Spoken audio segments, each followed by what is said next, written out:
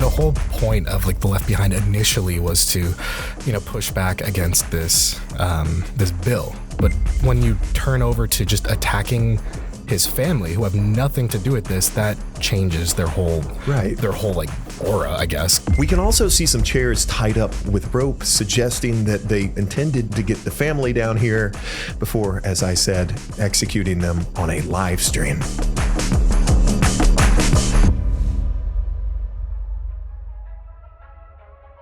Hello everyone, my name's Isaac and this is Shane. Hello. And welcome back to Down the Rabbit Hole, the lore series where we go level by level in Ready or Not, examining all the small, tiny little details that you might not have caught on your first playthrough.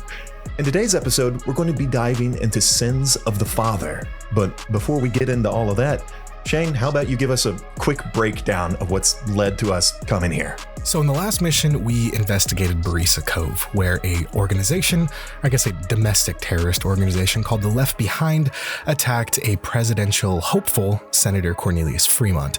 Now, the Left Behind was comprised of veterans who were disgruntled that Fremont was heavily backing a bill that would cut funding to VA hospitals and just a lot of veteran benefits. And he was the main proponent of really fucking them over.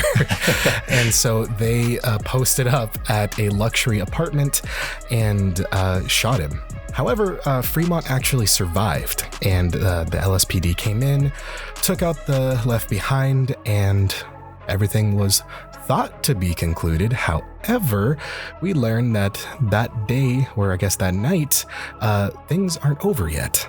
Right. So, you talk about this assassination attempt that the Left Behind attempts, and, you want to think that that's the end of this situation. But at the end, we sort of got a little piece of evidence that suggested that they may have some insider information. And, during Sins of the Father, we will quickly find out that there are more people to the Left Behind than we initially anticipated. Mm-hmm. So essentially what unfolds here is that we receive reports of a situation unfolding at the Clemente Hotel.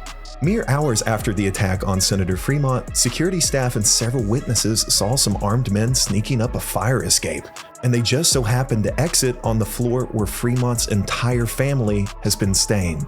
Anyways, though, as we look further through this briefing, we learn that these aren't the regular veterans that we saw in the last mission either. These are actually rogue Secret Service agents that were here to protect Fremont's family. It seems that the Left Behind has embedded themselves deep within the family as a sort of contingency plan almost. Now, as we continue to read along in our briefing, we'll learn that these rogue members are said to be highly experienced veterans themselves, and it's mentioned that many of them have been involved in some overseas clandestine operations.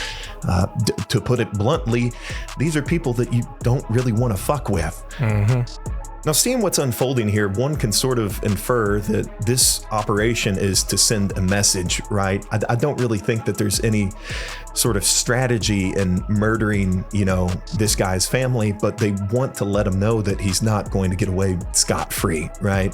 Would you agree with that? Oh yeah, the whole point of like the Left Behind initially was to, push back against this bill, and at that point it's like, okay, you don't want to sympathize with the terrorist, but it's like you can kind of understand their motives. But when you turn over to just attacking his family, who have nothing to do with this, that changes their whole like aura, I guess, because it's like, okay, you guys are just plain evil at this point. Yeah, and I think that was sort of my experience with it too, Shane, was, coming out of that last mission that we're talking about, I don't want to say it's outright sympathy, but like I had some sort of sympathetic leanings towards them where, I could understand where these guys were coming from. They were kind of at the end of their rope, and they felt like this was the last thing that they had to do before, eventually they were completely rendered irrelevant by this bill coming in place.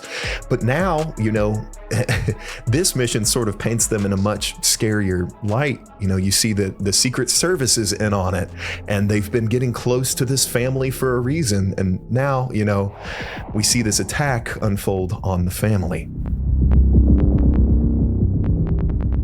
But with this being said, I think that this would be a really cool sort of opportunity for Shane and I to talk about our experiences with this level in particular. So we talked about this a little bit off air, but the first thing that stood out to both of us was just how atmospheric this mission is. Now you can choose to start this at like 3 different entry points. You got like the elevator, you got like the balcony, or you got the roof. Now, if you start at the roof, that is just rain coming down. You could see the city of Los Sueños. It's like 3:30 in the morning, so it's dark out. The neon lights of the city are there, and it's just like so atmospheric as you're coming down. And like, you know, we were mentioning this before. It's like, man, it would be so cool if you can like kill the lights and go in and all that stuff. But even still, even the look of it as is, this luxury hotel, because it's called the Clemente Hotel, the Clemente Luxury Hotel, and it's like, god damn, as soon as you walk in terms of like level design and like the look of this place, and it's just gorgeous. With that being said, my god, this is so difficult. This was one of the most difficult missions, I think, in the entire game. I would argue one of the hardest missions. There's a couple other that are up there, but for me personally, it took forever. And it's like, because there's so many openings, because, you know, you could either go over to like the main area where there's a big second level and you can see down below and there's, you know, can get you from down there, right. Or you can go into like a big open area where you can have all these doors open up and all these guys coming from all directions. It is one of those missions where you have to be very precise, very tactical. It's like, you know, you got to actually pretend like you're in a situation, because, you know, not only that, you know, there's civilians around, and it's just very difficult. And sadly to say, I have not S-ranked this mission, and nor do I think I ever will. Because I can't blame you, man. Yeah. Mm-hmm. You know, you mentioned, I hadn't really thought of it before, but, you know, looking at it from sort of like a level design perspective, I think this might be like one of the most diverse levels, if that makes sense, in terms of just like different types of rooms and corridors that you enter. And it makes for all sorts of like different kind of challenges, because, you know, looking at it from, you know, the levels that you've played prior to this, if I'm not mistaken, they're sort of, this is kind of mid-ish game, if I'm not mistaken. There are a lot of freaking, you know, crazy levels that you see up to this, but I think this one definitely takes the cake. Oh yeah.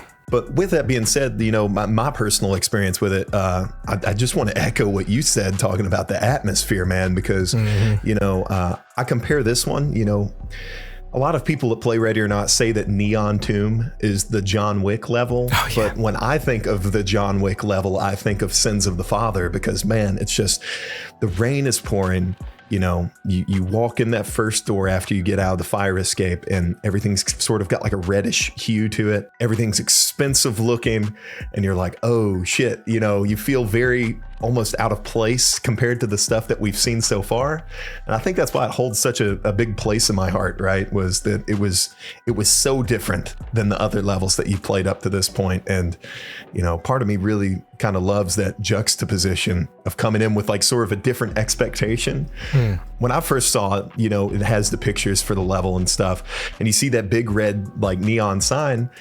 For whatever reason, I didn't think it would be like as nice of a hotel, if that makes sense. I didn't know, like, you know, every other thing in Los Sueños is sort of beat down, broken down. And you get into this and it's just like everything's super slick and clean, and, you know, wow, it's just the atmosphere in this level, I think, is the best that you'll see in the game. Oh yeah. That's just my opinion. anytime when rain is mixed with neon lights, it's just like a recipe for success. Void, take notes. In the DLC, more rain levels, more just rain. The entire DLC is called Rain and Neon, and it's nothing but like cyberpunk vibes. You know, give me that neon soaked streets. I want to feel like Blade Runner. This is why we're not hired by Void. That's true. This is why they won't hire us. That's true. Trust me, it'll be good. It'll sell millions. But, you know, as you mentioned, there are a lot of different entry points. There's an elevator, a balcony, and a roof. But the roof, as we've said before, looks the coolest. So when we work our way through this level, we're going to be operating through that path. Rule of cool. Now, after working our way down the fire escape in the rain, we'll eventually come across a door to get inside, and immediately upon opening it, we can see a bellhop that has been shot. We can also start to encounter some of these armed guards of the Secret Service detail, and they are exactly as we would expect to see them. All of these men seem to be toting military-grade weapons, and we can see that most of them are wearing suits like you would expect a Secret Service agent to do. So as we work our way through this top floor, we can start by looking into one of the Fremont children's room. For instance, let's start with Belle. She is Fremont's protege and aspires to be the first female president. Inside her room, it's pretty typical. You got your purse, cell phone, a laptop, a couple of stuff like that. However, just like we had in the last episode, there's some more juicy drama, some romance that may have mayhaps have collapsed. So on her laptop, you can see a conversation with somebody named Johnny, and I'll just read what happened. Johnny, where are you? I haven't seen you in a week. You aren't responding to me. Johnny responds with, in Mexico. What the hell do you mean, in Mexico? And he says, shit went down not long ago, won't be back. And she says, but what about us? And our friend Johnny says, shit happens. So just cold as hell. Yeah, yeah. And it's like Johnny's a real piece of work there. Yeah, God, my God. I'm curious to know what happened. Like, what does that even mean? Shit went down, won't be back. So is Johnny, in cahoots with some nefarious people or something? You'd like to think, because if he just took off to Mexico for no reason, I mean, my God, that's somehow he's somehow more sympathetic if he's involved with the Left Behind than if he was just randomly left her for no reason. You know what I mean? Because at least then he'd have a reason. Yeah. And it's like, at this point, we really don't know anything about Johnny. I mean, shit, we don't really know anything about Belle, but I mean, we get a pretty good idea of Johnny's character just by going shit happens, whatever, I'm gone. And I have a feeling that might have been good for her, because if, let's say, she does run for office in the future, having somebody like this at her side would be, very bad for her political aspirations. So maybe Johnny did her a favor. Yeah, if you heard of one of the White House couples where it was just she left and went to Mexico and you never heard from her again, you'd be like, what? Huh? What happened? So definitely a dodged bullet there on her part. So good on you, Belle, and fuck you, Johnny. Maybe one day we'll find you. I hope, actually, you know what? If there's ever a future DLC Void, maybe throw in a Johnny reference. Let us know what happened to him. Yeah. Oh man, could you imagine? The Johnny DLC. The Johnny DLC. Yeah. Another winning idea from Shane and Isaac. I don't know why we're not getting paid for these. Honestly, you've kind of got a point, man. We're making the game for them. Moving across the hall to the other Fremont children, we have Jacques Fremont and Michael Fremont. Now, Jacques is the youngest son and lacks ambition and is just playing video games all the time. So you're stereotypical politician's kid.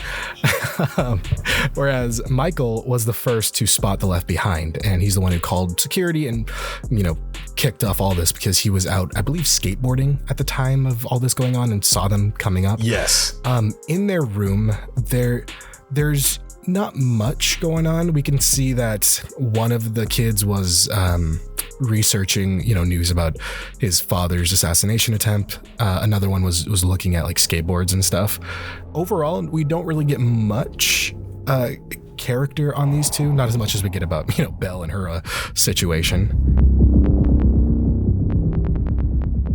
Anyways, though, moving past this, we can make our way into the mother, Lucille's room. Now, something interesting that we'll find in this room is a table with a phone on it, and on the phone is a voicemail from none other than Senator Fremont.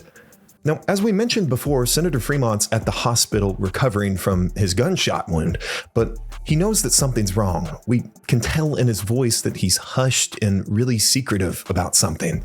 It would seem that he sort of got the impression that someone close to him has betrayed him, and he talks to his wife about contacting a person at the NSA and getting the family to safety. But before he can really get into all of the details about this, we can hear a door open in the background, and presumably it's one of his Secret Service agents. Now, instead of sort of speaking plainly with this person in the room with him, he instead decides to speak covertly to his wife using a Bible verse. And this verse reads as follows. Now the festival of the unleavened bread, called the Passover, was approaching, and the chief priests and the teachers of the law were looking for some way to get rid of Jesus, for they were afraid of the people. Then Satan entered Judas, called Iscariot, one of the 12. And Judas went to get the chief priests and the officers of the temple guard and discussed with them how he might betray Jesus. They were delighted and agreed to give him money. And he consented and watched for an opportunity to hand Jesus over to them when no crowd was present. Now, essentially, in layman's terms, what this verse is discussing is someone being betrayed by someone very close to them. And what else do we see here unfolding than someone betraying Senator Fremont? And these people are very close to them. They're his Secret Service detail. So I always thought that that was like a really cool sort of minute detail that Void threw in of, you know, his wife is a really big religious person, and he sits there and instead of, you know, speaking out a code, I guess, he uses this Bible verse that he knows that she'll know, and it kind of perfectly conveys their situation. Subtlety. We like the little subtle details. It's always good, especially because, like, I remember when I first played this mission, I didn't even catch that whole the message and the whole Bible verse and stuff like that. But yeah, right. It is such a cool way for him to, like, hey, look out, there's snakes in the grass. You know, it's like, watch out, they're gonna get you. Someone's gonna betray you. I wonder if that message was what eventually led them to prepare themselves, because I mean, as we'll find out later, that they're not all captured. They all got away somewhat. They're still in the hotel, but they weren't all captured at a specific place, which we'll talk about later. But they all had time to prepare and get ready. So part of me wonders if that message, that coded message, was what initially prompted Lucille to, like, hey, family, something's happening.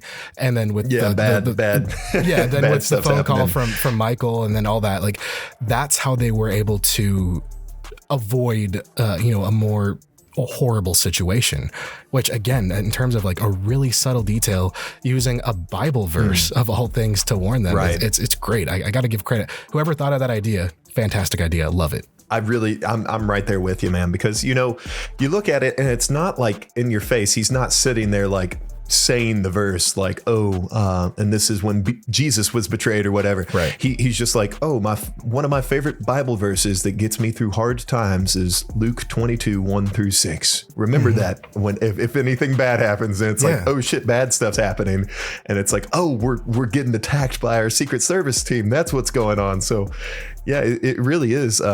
Like I said before, I'm a huge sucker for all of these tiny details. And when I first saw that verse, I looked it up on Google because, I'm not a archive in my head, but I looked it up and I saw that and I was like, oh my gosh, what a cool little tiny way of him conveying that message. But anyway, before I continue to gush over this, we can also find some evidence of the other Fremonts in this room, right? We see a note that's been left by Alex to his wife in the closet that suggests that he was about to go out running. But unfortunately, he didn't quite make it to the door before, the Secret Service team captured him. But moving downstairs, we can find a bar, which appears to be where potentially the Secret Service was set up in case of anything, bad kicking off, or it's where these, disguised Secret Service guys posted up after the whole attack went down. We can find, buckets of, or not buckets, what do you call those? Ammo crates? Crates of... Yeah, I'd say like crates. Big crates, big boxes. Yeah, boxes and crates of ammo and all that stuff. Like, they were ready for war.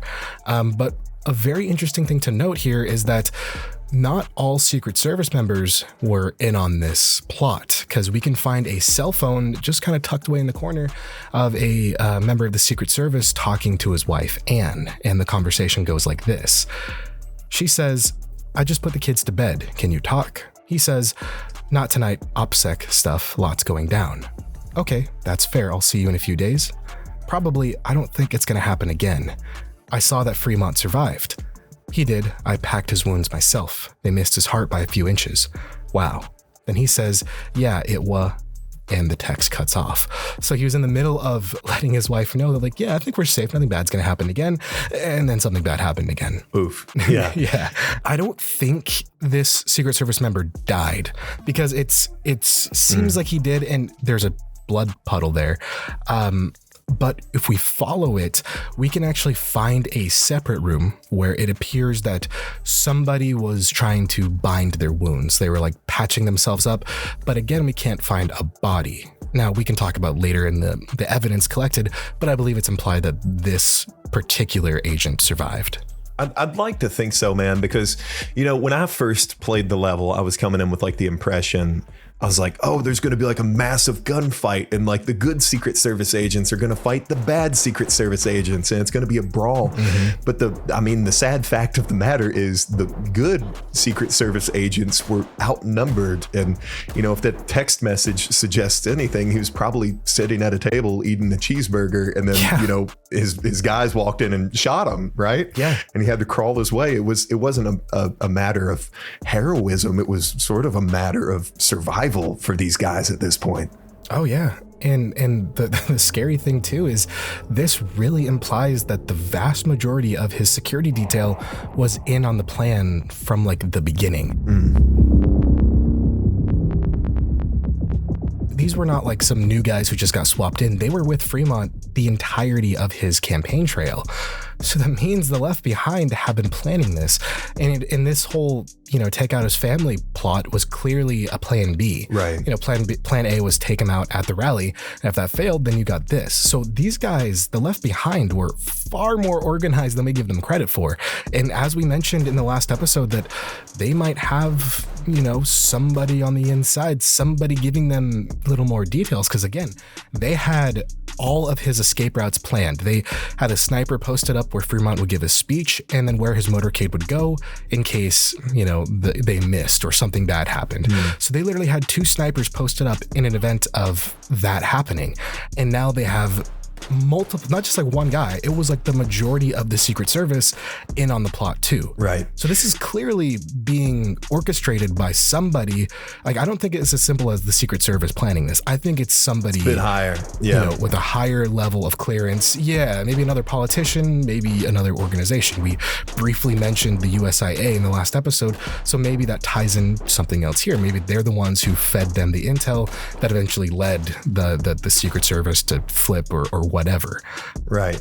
And it really just really makes that conspiracy theory part of my brain go off, because it's like, what the hell? What's going on? And I love it so much. Well, you know, you mentioned the USIA and sort of like conspiracy heavy, like that vibe. You don't even really need to know what's going on in the story to like walk into this level and just capture that aesthetic through your environment, man. Like there's so much, like there's all of these paintings of old politicians and like there's a giant golden eagle statue, which is like very strange to see. I feel like there's all sorts of like this, you know, I forget what the sort of architecture is called. Art Deco, I believe. But man, yeah, Art Deco. Yes, thank you.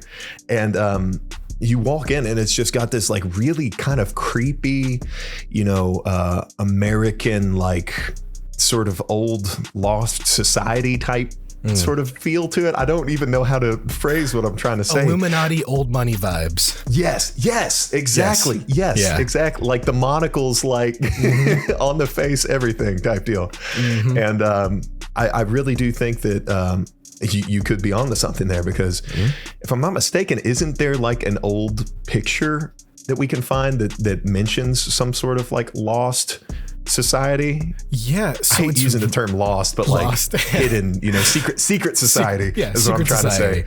Yeah, so it's really interesting. It's like a very subtle detail that we really don't know much about, so it's hard to theorize on.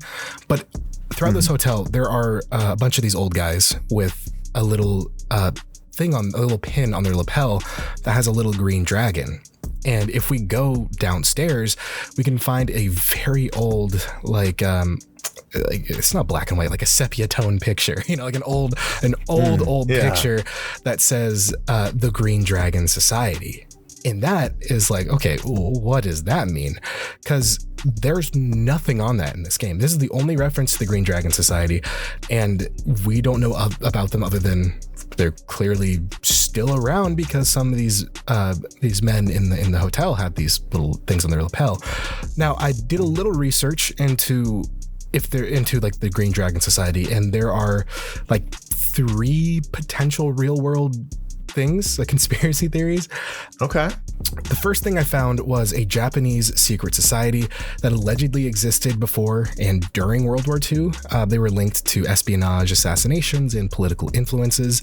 And some theories claim it even had ties to like ninja and samurai traditions. Oh, man. But the big thing about them was that it's all surrounded in like occult and mysticism. There are some stories suggesting that the Green Dragon Society like participated in like esoteric rituals and sought supernatural power. Spooky. And when you think about like, World War II and supernatural stuff, obviously you loop in Nazis, and what do you know? There are some ties to the Nazis during World War II. In fact, the Nazi SS, especially like Heinrich Himmler, I think that's how you pronounce it, was obsessed with the occult. And some theories claim that the Green Dragon Society shared mystical knowledge with the Nazis. So that's really all I could find about the real world Green Dragon Society. Basically, they're an ancient order that is like tied to mysticism and like a little bit of the Nazis, and like, who knows? Maybe that could come into the story, because I'm just saying there's a lot of white guys in those pictures. In fact, like they were all old white guys. So it's like, right. That might tie into like some, I don't know, mysticism, Nazi subplot or something. I would be down for it. So what you're saying here is like, if these guys in this picture are half as bad as the people that you're talking about right now, then we're probably in for trouble if we ever encounter them, right? Pretty much. We're gonna fight like Cthulhu or something. Honestly, another DLC. There you go. We got Void. Yeah. Jesus, this was number 3 now. Void. Add in a literal green dragon for us to fight. Yep. And Cthulhu DLC. Listen, watch the money roll in. Exactly.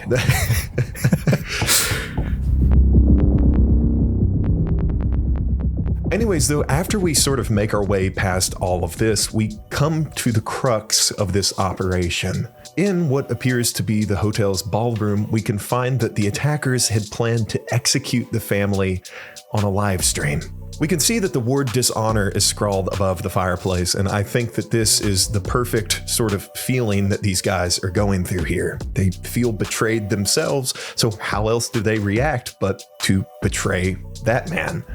We can also see some chairs tied up with rope, suggesting that they intended to get the family down here before, as I said, executing them on a live stream. So the name of this actual mission is called Sins of the Father. And I believe this is like, where that name will, be applicable, because the sins of the father is going to be, punished on his family. That was the point. They were going to try to execute his family for his sins. But again, clearly that didn't happen because the LSPD came in, or maybe again, potentially, that warning phone call he made saved their lives. Regardless, it seems like that was the final plan for them. It was not just to hold them hostage, but to just actually execute them, which again, any bit of sympathy points they had are out the window at this point, because that's crazy. That's like turning up to the level to 100. That's insane. And so they clearly got away, and in this area we just see what is honestly almost more shocking, because it's like, oh shit, this is how close they came. There was chairs with rope and a camera. It was going to be a live execution. The stream on that camera is running, if I'm not mistaken. Like, if we came in probably a couple of minutes later, the deed had been done, right? Yeah. And, I really do think that phone call that Senator Fremont sent to his family wound up saving their life, because it gave them just enough time to, barricade the doors or run and hide or whatever. Mm-hmm. And, it's just a crazy situation, seeing like what we said before was a sympathetic group of people turn into full-fledged domestic terrorists at this point. So the fact that they were trying to execute them live, to me is crazy because to my knowledge, that has never happened to a US politician, like ever, like any of this crazy thing going on. But maybe in this universe, maybe it is. Because remember, going back, we're on president number 52, I believe, in Ready or Not. That's right. So something happened, something big happened, and maybe there was a mass wave of political violence, and maybe something like this happened. Maybe something equal to this level of crazy inspired these guys to do something similar or somewhere along the lines. Because again, I think it is 52, right? 52 current presidents. Yeah, right. I want to say it's 52. Yeah. Yeah. So again, something happened that expedited the process of multiple presidents. And a part of me wonders if it was mass political violence on US politicians that led to something like this happening. You know, like something like this being, I wouldn't say acceptable, but being more commonplace. Like they were ready for, like the LSPD were ready to fight back against something like this. Right. Well, I think that definitely has merit, man, because I mean, if you sort of try to like look at it from, I don't want to say psychology because I'm not a psychologist, but that sort of perspective, if people see that once happen, it's going to become normalized, right? So suddenly it's, you know, it's more convenient for these people, you know, you see it with the Left Behind happen, right? They protest, they do whatever, and then the protests don't work and they're like, okay, fuck it, we're going to try to shoot and kill the guy. It's like, oh, we missed there, let's kill his entire family instead. Yeah. It's like, whoa, what are we doing? You know, like it gets hot so quick. Yeah. Right. It boils over so quickly. And, you know, seeing that we're on, like you said, President 52. Yeah. We're on 47 right now, if you guys are trying to keep count. Right. Yeah. And we're a couple ahead, right, in the game. So it's like, I really wouldn't be surprised if that was a thing, if it was normalized and then people started doing it, because you see firsthand just how violent the city of Los Sueños is, just on a day-by-day basis. So imagine people when they sit and they get angry over politics and they sit and stew and they see a face that they can hate and hate and hate more. And then eventually, like you see here, they hit a boiling point and they try to do something. And it's just kind of a scary thought seeing that happen so much in this game. Oh yeah. And just to let you know, I for one took 1 semester of forensic psychology in college, so I'm basically an expert now. But pretty much. There's a psychological condition, I believe it's called copycat killers, and it's exactly that. They see these people doing something, you know, something horrendous, and a part of their brain is like, oh, they got famous from that. Right. I'm a nobody. I want to be famous. Let me copy that. And that's you know, gets into a whole other issue with like widespread news reports on violence and this stuff. But anyway, part of me wonders if that's what inspired the Left Behind, if they're just a bunch of copycat killers, that something to this level happened once and they're like, you know what, we could do it better. Right. And then they tried to one up the previous, you know, political assassinations or whatnot. Because again, this is not normal. This does not happen. Yeah, there's definitely some gamesmanship there now that you know you're talking about that, because it's like, it is a bold, I don't care who you are, I don't care if you're the Secret Service, if you're with the USIA, who you're with, it is a bold fucking move to sit there and be like, yeah, we're just going to raid the hotel where his family's staying and execute them on a live stream on Twitch. Or like, you're like, what is going on? Like, I found that so funny because like when I played these 2 levels, I felt like I mentioned it in the last episode. I felt bad about arresting the Left Behind a little bit in the first mission that we saw them. And like I saw in the briefing on this one, it's like, oh, you're against the Left Behind again. Oh, this will be cool. These kind of cool, sympathetic guys. And like you get in there and it's like, they're like completely different. And you're like, oh God, they've been bad guys the whole time. I just didn't know it. Oh my goodness.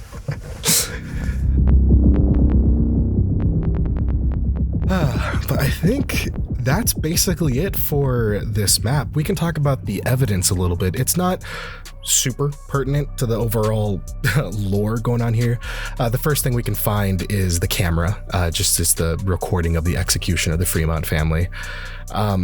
The other thing that we can find is a political protection service note. Now, that's just the surviving members of the good Secret Service, right, commending D Platoon. D Platoon, which is our team. I don't think we've mentioned that before. We are D Platoon. And they basically thank D Platoon for their actions in saving the family. And they also mention another bit of world building for Los Sueños. They commend them, saying they're they're equal to the very famous guy named H. Lincoln, who in the world of Ready or Not, he was a very famous SWAT officer guy. Okay. What's the proper SWAT officer, right?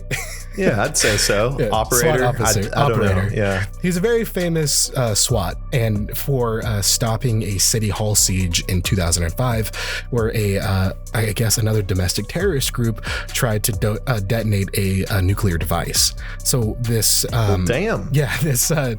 Yeah, well, there you go, man. Yeah, political violence right there. Detonating a nuke at a city hall meeting? Yeah. What are they talking about? Yeah, exactly. Jesus. Yeah, it's a bit much. So political violence in this universe is crazy. But this Secret Service guy just commends them for their valor in saving them. So I think this does imply that the Secret Service who was talking to his wife did survive. He packed his wounds and was able to live. That's good. Other than that, the last bit of evidence we get is kind of interesting. It's a couple of old revolvers that are connected to an 1855 shootout at the same hotel where 3 famous outlaws were gunned down. And the owners of the hotel donated the revolvers to the LSPD as a historical artifact. So again, just a little bit more world building. Not too much connections, unless there's ghosts on this map, and we could find the old Wild West ghosts. The old count. Yeah. DLC. What number 4 are we on? Yeah, we're on Fighting 4. Cowboy Ghosts. That's right. The Green Dragon. Added in void. Oh my God! The Green Dragon Society comes back in their 4th DLC, and they summon old Wild West ghosts. I would love it. I'm sure everyone else would too. Of course they would. I'm a man of the people. I know what they want. But with all of that craziness being said, I think that we've just about covered Sins of the Father. For any of you guys that might be interested in finding me on YouTube, you can find me under Isaac Morgan. And if you want to follow me on Instagram, my handle there is @theIsaacMorgan. And you can find me on Instagram @ShaneTheDoyle. And remember, everybody, hug your local politician and don't kidnap his family. And we'll see you next time. Goodbye. Goodbye.